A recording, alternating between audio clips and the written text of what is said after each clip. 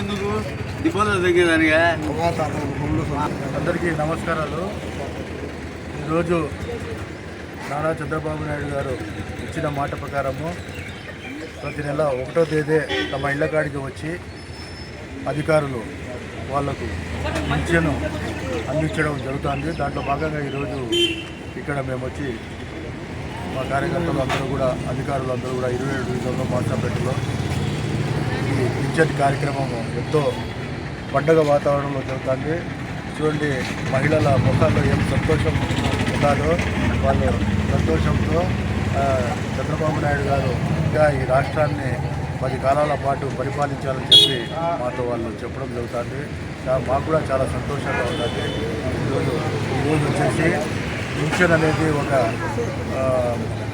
ఒక ఆసరా మాదిరిగా, ఒక భరోసా మాదిరిగా, ప్రజలకు ఒక ధైర్యం మాదిరిగా కలిగించిన ఘనత దీనికి మొట్టమొదటిసారి నందమూరి తారక రామారావు గారు ఆ రోజు 25 రూపాయలు 30 రూపాయలతో ఆయన ప్రారంభించారు. దాన్ని 200 రూపాయలు చేయడం జరిగింది. 200 రూపాయల తర్వాత మళ్ళీ 1000 రూపాయలు చేయడం జరిగింది. 1000 రూపాయల తర్వాత మళ్ళా 2000 రూపాయలు ఆయనే చేయడం జరిగింది. మళ్ళీ జగన్మోహన్ రెడ్డి గారు నాకు అవకాశం ఇవ్వండి, ఒక అవకాశం ఇవ్వండి, నేను 3000 చేస్తా అని చెప్పి ఆయన ప్రతి సంవత్సరము 250 రూపాయలు పెంచుకుంటూ పోయి 5 సంవత్సరాలు ఆయన దాన్ని కాలయాపన చేయడం జరిగింది, పుణ్యకాలం అంతా కూడా. కానీ చంద్రబాబు నాయుడు గారు ఈరోజు ఆయన ప్రతిపక్షంలో భాగంగా పింఛను ఇస్తాను అని చెప్పి ఆయన రోజు టెన్షన్గా చెప్పడం జరిగింది. ఆ ఇచ్చిన మాట ప్రకారం ఈరోజు వచ్చేసి 4000 రూపాయలు వాళ్ళకి అందించడం జరుగుతుంది.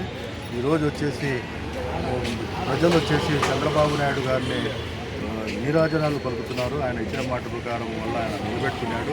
మళ్ళీ ఆగస్టు 15 నుంచి అన్నా క్యాంటీన్లు కూడా మొత్తం రాష్ట్రంలో దాదాపుగా 100-120 అన్నా క్యాంటీన్లు కూడా ప్రారంభించడం జరుగుతుంది. అలాగే 5 రూపాయలకే నాణ్యమైన భోజనం ఆ రోజు పేద ప్రజల కడుపు నిండుతా ఉంది.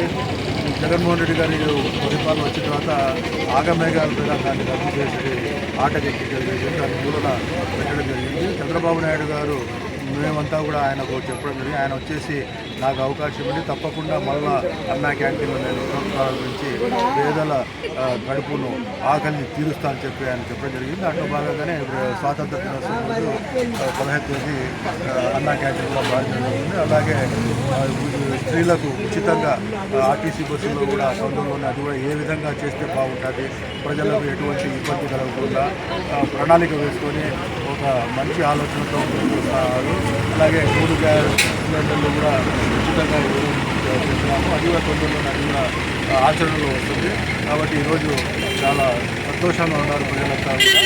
చాలా తెలుగుదేశం పార్టీ ఏమైనా మాకు తెలుగుదేశం పార్టీ జెండానే మాకు అండగా ఉంటుందని ఈరోజు ప్రజలు వచ్చేసి ఇచ్చిన మాట ఇంకా ఆయన ఆరోగ్యాలు ప్రసాదించాలని